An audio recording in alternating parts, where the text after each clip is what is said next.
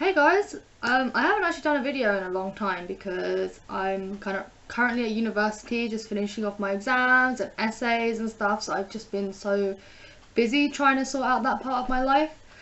But over the last year or couple years or so, I've become more aware of my gender identity and how I feel about that, and I thought this would be a really good opportunity to tell you guys about that part of my life and things I'm doing about it.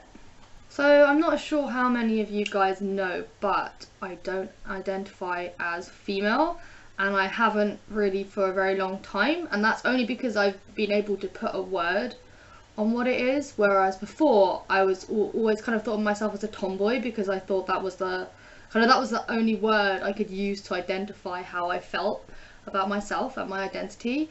So over the last year, I've been trying to come more out with my emotions and my identity, and I've learned some very important words, and those words are non-binary and genderqueer. Those words I didn't even know existed when I was younger, so there was no way I could use them to be like, that's exactly what I feel like, that's it. I felt they really kind of expressed me in words more than I could really ever explain myself. So somebody who is non-binary or genderqueer, they kind of define someone who doesn't identify as male or female, but kind of some middle part, kind of that's where I feel most comfortable. Yeah, I mean, like more recently, I've felt like I need to start doing something about that. Before, I didn't really used to mind about like my body and kind of, I have a female body, it does all those female things, like my voice is very high, I have that thing once a month which sucks, and my body shape is very like kind of curvy, and I really feel like that really kind of gives away like my biological sex more than anything, and I want to be that person where people can't really put an immediate like identity onto me, because even though I would rather people think, oh, that's a boy, I would still like to kind of be somewhere in the middle. Like, I'm definitely more trans masculine. I don't want to identify as female or feminine or anything like that. I might have dresses that I wear occasionally, but I mean, I haven't even worn those in a long time. Since I got my haircut, I haven't felt comfortable wearing traditionally feminine clothes. It's just not something that I've been able to, I don't feel comfortable doing it just yet. So I'll probably wear them again someday in the future, but as for now, I literally have no idea what's going on. I identify and have always identified with things that are traditionally masculine. Like when I was younger, I never really wore skirts or dresses. I always kind of wanted to wear like baggy clothes, baggy jeans, and I thought that, that was just a phase, like I was just being a grunge or whatnot. And then I found Lolita and I was like, oh, I like feminine things. But then I stopped being Lolita, and I realised now that's just because for me being into Lolita fashion was a phase. I mean, I still love it and I still appreciate it. I've been into Fairy K fashion more than anything, and it is a pastel based fashion. A lot of people will immediately put like a feminine label on pastel clothes, and I'm not sure why, because colours are colours at the end of the day. There's no such thing as a gendered colour. So I think just because of all these ideas and concepts that I thought were supposed to be feminine when I was younger, they really kind of put me off trying to figure out what I was. But now I've been able to do more research, I have friends I can talk to about this kind of thing. I feel like I've learned a lot in the last 2 years, and that's really helped. It's amazing. Like, if it wasn't for you guys, I just wouldn't have been able to get to the place I am now, and I really appreciate that.